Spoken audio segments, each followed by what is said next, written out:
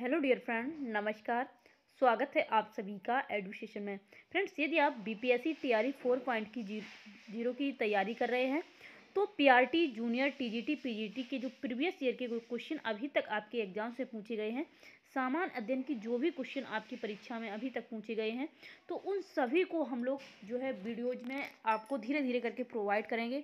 यहाँ पर TRE 1, TRE 2, TRE 3 में जो एग्ज़ाम कैंसिल हुआ था, इसके साथ साथ जो टीआरई 3 का फिर री एग्ज़ाम हुआ है, उन सभी के क्वेश्चन 1 से लेकर 5 से 11 12 तक के जो भी क्वेश्चन अभी तक आपकी परीक्षा में पूछे गए हैं, वो सभी क्वेश्चन यूथ कंपटीशन की इस बुक में समाहित किए गए हैं।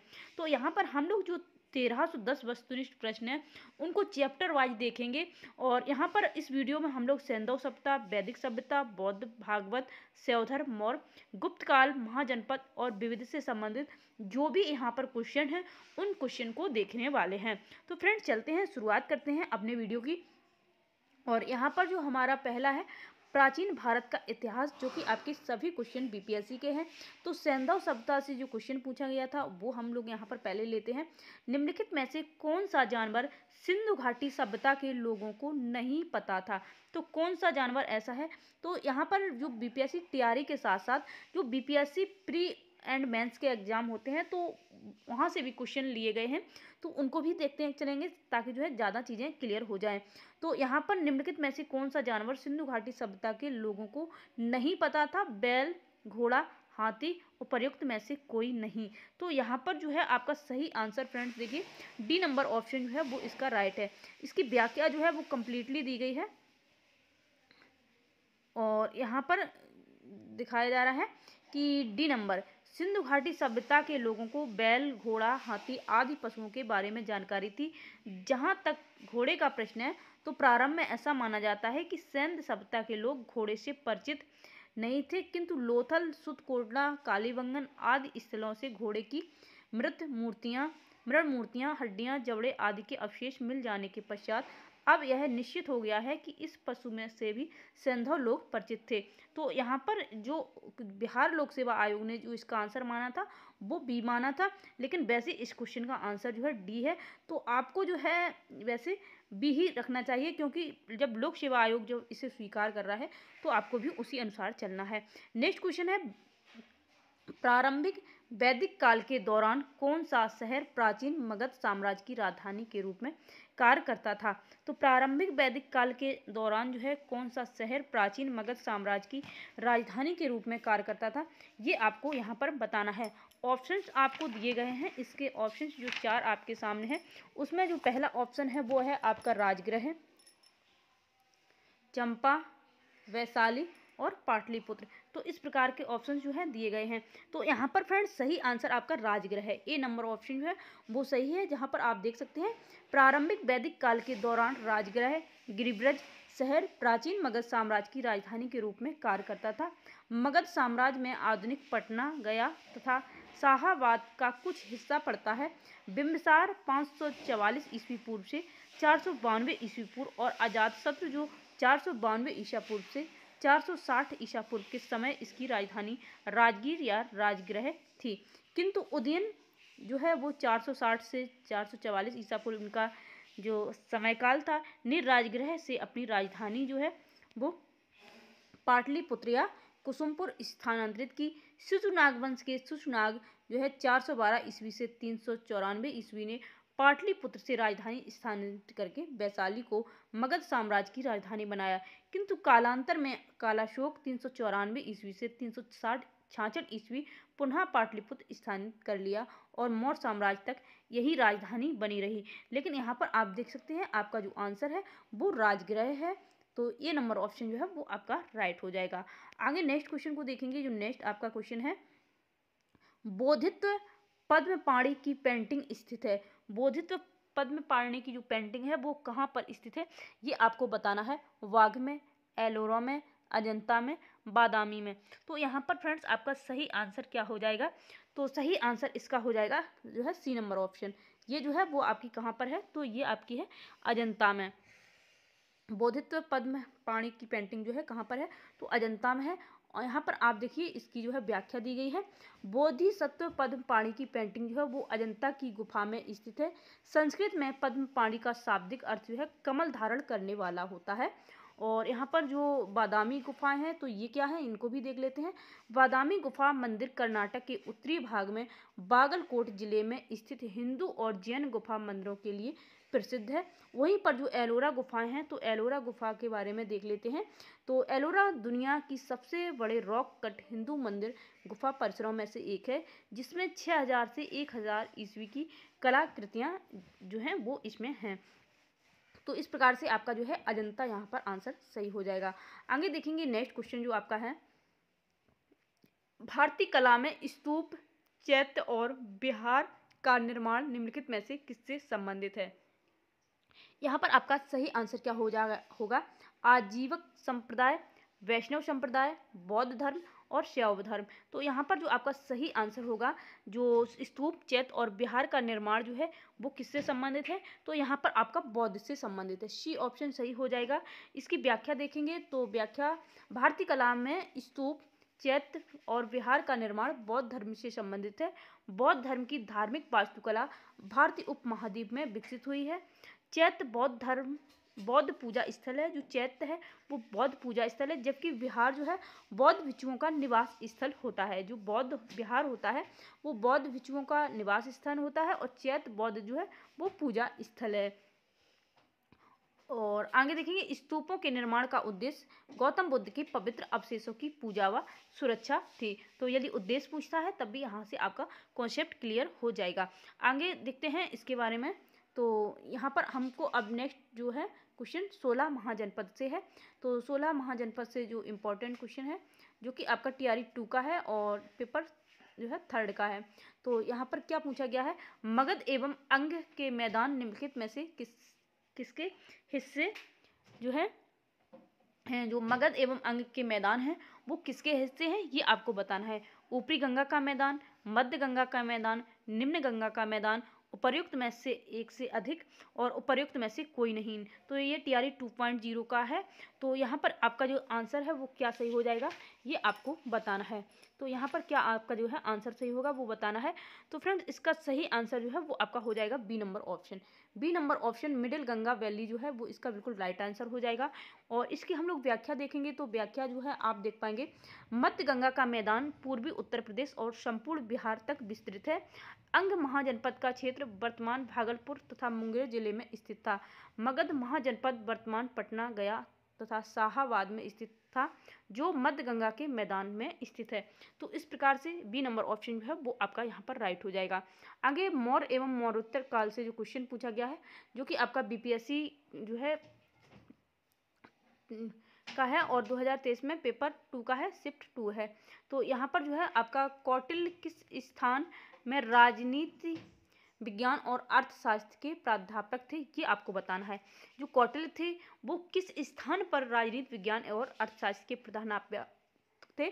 नालंदा में, पाटलिपुत्र में, तक्षशिला में, उपर्युक्त में से एक से अधिक और उपर्युक्त में से कोई नहीं। तो यहाँ पर आपका सही आंसर क्या है फ्रेंड्स? तो तक्षशिला जो है वो इसका बिल्कुल राइट आंसर है। सी नंबर ऑप्शन तक्षशिला जो है वो इसका राइट आंसर है। और आप यहाँ पर देख पाएंगे, कौटिल्य जिन्हें चाणक्य के नाम से भी जाना जाता है, एक प्रसिद्ध भारतीय अर्थशास्त्री, दार्शनिक और राजनीतिक सलाहकार थे। ये प्राचीन तक्षशिला विश्वविद्यालय में राजनीति विज्ञान और अर्थशास्त्र के प्राध्यापक थे, जो विश्व के सबसे पुराने विश्वविद्यालय में से एक था और प्राचीन भारत में शिक्षा का केंद्र था। जो तक्षशिला था वो विश्व के सबसे पुराने विश्वविद्यालय में से एक है और प्राचीन भारत में शिक्षा का केंद्र है। और यहीं पर कौटिल्य जो है, जिन्हें चाणक्य के नाम से जाना जाता है, वो अर्थशास्त्री, दार्शनिक और राजनीतिक सलाहकार के रूप में कार्य करते थे। और आगे जो है यहाँ पर हमारा जो क्वेश्चन रहेगा वो गुप्तकाल एवं गुप्तोत्तर काल से है। तो यहाँ पर हमसे यहाँ क्वेश्चन दिया गया है और इसके जो है ये कथन से संबंधित ऑप्शंस दिए गए हैं। तो थोड़ा छोटा कर लेंगे इसको और देखेंगे। फाहियान एक चीनी तीर्थयात्री था जो हर्ष के शासनकाल के दौरान भारत आया था। तो फाहियान जो है यहाँ पर क्या ये बात सही है? नेक्स्ट है, हेनसांग एक चीनी बौद्ध भिक्षु थे जिन्होंने चंद्रगुप्त द्वितीय के शासनकाल के दौरान जो है भारत का दौरा किया था। तो फायान जो है एक चीनी बौद्ध तीर्थयात्री था जो चंद्रगुप्त द्वितीय के समय जो है भारत आया था। तो यहाँ पर हर्ष के समय नहीं आया था, ये आया था चंद्रगुप्त द्वितीय के समय, चंद्रगुप्त द्वितीय के समय। तो इसलिए जो आपका फर्स्ट वाला ऑप्शन है जो है ये आपका रॉन्ग हो जाएगा। और इसके बाद जो है आपकी जो हैंसांग एक चीनी बौद्ध भिक्षु था, जो हैंसांग था वो एक चीनी बौद्ध भिक्षु था जो राजा हर्षवर्धन के शासनकाल में, यानी कि हर्षवर्धन के शासनकाल में आया था। तो यहाँ पर जो ऑप्शंस आपको दिए गए हैं चंद्रगुप्त द्वितीय जो इसमें होना था वो मतलब पलट दिए गए हैं, तो इसलिए यहाँ पर दोनों में से कोई भी आपका ऑप्शन सही नहीं होगा और डी नंबर जो है वो आपका राइट हो जाएगा, जिसकी आप व्याख्या देख पाएंगे कि फायान जो एक चीनी बौद्ध तीर्थयात्री था जो चंद्रगुप्त द्वितीय के शासनकाल के दौरान भारत आया था। यानी कि जो आपको ऑप्शन में फायान को हर्ष दे रहे हैं और जो यहाँ पर हैंसांग है उसके में जो है चंद्रगुप्त द्वितीय दे रखा है, तो इनको जो है अपोजिट दिया था। तो इसलिए यहाँ पर जो है ये वाला डी वाला ऑप्शन जो है वो आपका सही हो जाएगा। और हैंसांग जो है वो एक चीनी बौद्ध भिक्षु था, ये बात तो सही है, लेकिन राजा हर्षवर्धन के समय जो है वो भारत आया था। उसने कश्मीर, सियालकोट, कन्नौज और तथा नालंदा में हीनयान और महायान बौद्ध धर्म का अध्ययन किया, अतः कोई भी कथन सही नहीं है, यानी कि इनको जो है गलत तरीके से इनको दिया है, उल्टा करके दिया है। तो नेक्स्ट क्वेश्चन को देखेंगे। नेक्स्ट क्वेश्चन जो आपका है, चीनी स्रोत के अनुसार श्रीलंका के शासक जो मेघवर्मन ने गया में बौद्ध मंदिर बनाने की अनुमति के लिए निम्नलिखित में से किस गुप्त राजा के पास एक मिशनरी को भेजा था। तो यहाँ पर जो है आपका कौन सा जो ऑप्शंस दिए हैं, तो यहाँ पर कौन सा जो है वो आपका सही हो जाएगा। यहाँ पर ऑप्शंस आपको दिए गए हैं चंद्रगुप्त प्रथम, समुद्रगुप्त, चंद्रगुप्त द्वितीय और इनमें से कोई नहीं। तो इस प्रकार से जो है आपका सही कौन सा होगा। तो यहाँ पर चीनी स्रोत के अनुसार जो श्रीलंका के शासक मेघवर्मन ने गया में बौद्ध धर्म बनाने की अनुमति के लिए किसे जो है गुप्त राजा के पास भेजा था, तो वो आपका कौन था, समुद्रगुप्त था। कौन था, समुद्रगुप्त। बी नंबर ऑप्शन जो है वो आपका हो जाएगा बिल्कुल बिल्कुल राइट। तो ये जो है आपका बी नंबर ऑप्शन राइट हो जाएगा। और इसकी जो व्याख्या है वो आप देख सकते हैं, चीनी स्रोत के अनुसार श्रीलंका के शासक जो है मेघवर्ण ने गया में बौद्ध मंदिर बनाने की अनुमति के लिए गुप्त शासक समुद्रगुप्त के पास जो है एक मिशनरी को भेजा था। तो इसलिए यहाँ पर बी नंबर ऑप्शन जो है वो आपका सही हो जाएगा। और आगे देखेंगे तो इसमें जो है आपके जो विविध से कुछ क्वेश्चन आए हुए हैं, ये टीआरई 3 का है, 1 से लेकर 5th में पूछा गया है। तो यहाँ पर देख लेते हैं, प्राचीन भारतीय धातुकर्म का आश्चर्य लौह स्तंभ स्थित है, कहाँ पर स्थित है ये आपको बताना है। यदि आप इंग्लिश मीडियम में देखना चाहते हैं तो इंग्लिश में भी जो है क्वेश्चन और उनके ऑप्शंस दिए हैं, तो आप उनको भी यहाँ पर देख सकते हैं। तो यहाँ पर पहला ऑप्शन है पुणे में, दूसरा ऑप्शन है दिल्ली में, तीसरा ऑप्शन आपका है सी नंबर लखनऊ में, और डी नंबर उपर्युक्त में से एक से अधिक, और ई नंबर जो है उपर्युक्त में से कोई नहीं। जो आपका बीपीएससी का जो भी क्वेश्चन होगा उसमें 5 ऑप्शन जो है वो दिए हुए हैं, तो इसी प्रकार के ऑप्शन आपको अपने एग्जाम्स में देखने को मिलेंगे। यहाँ पर आपका राइट आंसर जो है वो क्या हो जाएगा फ्रेंड्स, तो दिल्ली जो है वो इसका बिल्कुल राइट आंसर हो जाएगा। बी नंबर ऑप्शन दिल्ली जो है वो इसका राइट हो जाएगा। जो प्राचीन भारतीय धातुकर्म का आश्चर्य लौह स्तंभ जो है वो दिल्ली के महरौली में स्थित है। इसका निर्माण जो है वो संभवतः किसने कराया था, तो चंद्रगुप्त द्वितीय ने जो है वो इसका निर्माण करवाया था। चंद्रगुप्त जो है विक्रमादित्य ने जो है इसका निर्माण करवाया था। और गुप्त काल में लौह निर्मित इस स्तंभ में आज तक जंग नहीं लगी है। तो इसका जो है लौह आश्चर्य यही है कि इसमें आज तक क्या है, जंग नहीं लगी है, और जो इसकी उत्कृष्ट निर्माण की जो है प्रदर्शित करता है। तो यही जो कारण है, इसमें आज तक क्या है, तो जंग नहीं लगी है, तो इसीलिए जो है ये फेमस भी है। तो इसलिए इसको जो है क्वेश्चन को आपको अच्छे से याद रखना है। अब नेक्स्ट क्वेश्चन को हम लोग यहाँ पर इसकी व्याख्या देख लेते हैं एक बार। तो ये आश्चर्य लौह स्तंभ दिल्ली के महरौली में है, और निर्माणता जो है संभवतः जो दिया गया है चंद्रगुप्त विक्रमादित्य ने इसका जो है निर्माण करवाया, और गुप्त काल में लौह निर्मित इस स्तंभ में आज तक जंग नहीं लगी है, जो इसकी उत्कृष्ट निर्माण को प्रदर्शित करता है। और आगे देखेंगे नेक्स्ट क्वेश्चन जो है वो आपका यहाँ पर ये बीपीएससी टीआरई का है 3 का है। तो 1 से 5 में पूछा गया था, जो एग्जाम कैंसिल हो गया था। खीर भवानी मेला आयोजित किया जाता है। जो खीर भवानी मेला है वो कहाँ पर आयोजित किया जाता है ये आपको बताना है। क्या पंजाब में है, क्या राजस्थान में है, क्या जम्मू कश्मीर है, उपर्युक्त में से एक से अधिक, और उपर्युक्त में से कोई नहीं। यहाँ पर फ्रेंड्स आपका जो राइट आंसर है वो आपका सी नंबर जो है जम्मू कश्मीर बिल्कुल आपका जो है हो जाएगा राइट आंसर। व्याख्या देख लेते हैं। जो आपकी खीर भवानी मेला प्रतिवर्ष ज्येष्ठ का महीना होता है, अष्टमी को जम्मू कश्मीर में मनाया जाता है। यह कश्मीरी हिंदुओं के सबसे प्रमुख धार्मिक उत्सवों में से एक है। जम्मू कश्मीर के प्रमुख मेले झिरी मेला, पुरमंडल मेला, चैत्रे चौदस, बहु मेला और लोहड़ी जिसमें से जो है प्रमुख मेले व त्यौहार हैं। आगे देखेंगे क्वेश्चन नेक्स्ट जो हमारा रहेगा, राजनीति की प्रारंभिक पुस्तक नीतिसार किसके द्वारा लिखी गई थी? क्या कौटिल्य के द्वारा, कामंतक, चरक, इनमें से कोई नहीं? तो यहाँ पर जो है आपका सही आंसर क्या हो जाएगा? राजनीति की प्रारंभिक पुस्तक जो नीतिसार है, तो ये जो है कामंतक के द्वारा लिखी गई थी। बी नंबर ऑप्शन जो है वो यहाँ पर आपका राइट हो जाएगा। और इसकी व्याख्या को देख लेते हैं। तो व्याख्या में आप देख पाएंगे कि राजनीति की प्रारंभिक पुस्तक जो नीतिसार के लेखक वो हैं वो कामंतक हैं। और यह पुस्तक कौटिल्य के अर्थशास्त्र पर आधारित है। किस पर आधारित है? तो कौटिल्य के अर्थशास्त्र पर। यदि इस प्रकार से पूछा जाता है क्वेश्चन घुमा के, तभी आपको जो है इसकी जानकारी होनी जरूरी है। और इनमें प्राचीन भारत की राजनीति, कूटनीति और राजकीय परिदृश्य का वर्णन किया गया है। यह पुस्तक गुप्त काल में लिखी गई थी। तो इसका समय भी बताया गया है कि गुप्त काल में जो है ये पुस्तक लिखी गई थी। आगे जो है क्वेश्चन दिया है जिसमें सूची फर्स्ट और सूची सेकंड जो है जिसका मिलान करना है। और यहाँ पर आप देख सकते हैं सूची फर्स्ट और सूची सेकंड में जो मिलान करना है। तो आप देखिए कि चरक का संबंध जो है वो किससे है? तो ये आपको पता होना चाहिए कि चरक का संबंध जो है वो आपका चिकित्सा से है। बी नंबर जो है ये ए का 2 नंबर पे जाएगा। और ब्रह्मगुप्त जो है वो आपका किससे संबंधित है? तो ये आपके गणित से संबंधित है, जो है 1 पे जाएगा। और वाराह मिहिर जो है वो क्या है? तो ये जो है वो आपके एक ज्योतिष हैं। क्या है? ज्योतिष है। और विशाख दत्त जो है वो आपके क्या है? नाटककार। यानी कि जो ऑप्शन जो है ए का हो जाएगा 2 और बी का हो जाएगा 1 और सी का हो जाएगा 4 और डी का ऑप्शन जो है वो हो जाएगा आपका 3। यानी कि 21-43 जो है वो इसके ऑप्शंस में जो होगा वही कूट जो है वो सही हो जाएगा। 21-43 ए नंबर ऑप्शन में हमको 21-43 मिलता है। तो यही ऑप्शन जो है वो मेरा हो जाएगा बिल्कुल राइट। और इसके बाद हम लोग नेक्स्ट को देखेंगे। तो नेक्स्ट में हमको देखिए ये यहाँ पर इसको जो है मिलान दिया गया है इस प्रकार से। और क्वेश्चन को देखेंगे नेक्स्ट हमारा क्या है? तो ऐतिहासिक दक्षिणापथ जो है नामक क्षेत्र का विस्तार जो है वो कहाँ तक है? ऐतिहासिक दक्षिणापथ का क्षेत्र का जो विस्तार है वो कहाँ तक है ये आपको बताना है। विंध्याचल पर्वत श्रेणी से कृष्णा नदी तक के मध्य तक, विंध्याचल पर्वत श्रेणी से कावेरी नदी के मध्य तक, सतपुड़ा पर्वत श्रेणी से नीलगिरी के मध्य तक, उपर्युक्त में से एक से अधिक और उपर्युक्त में से कोई नहीं। तो यहाँ पर आपका सही जो राइट आंसर है वो ए नंबर ऑप्शन है।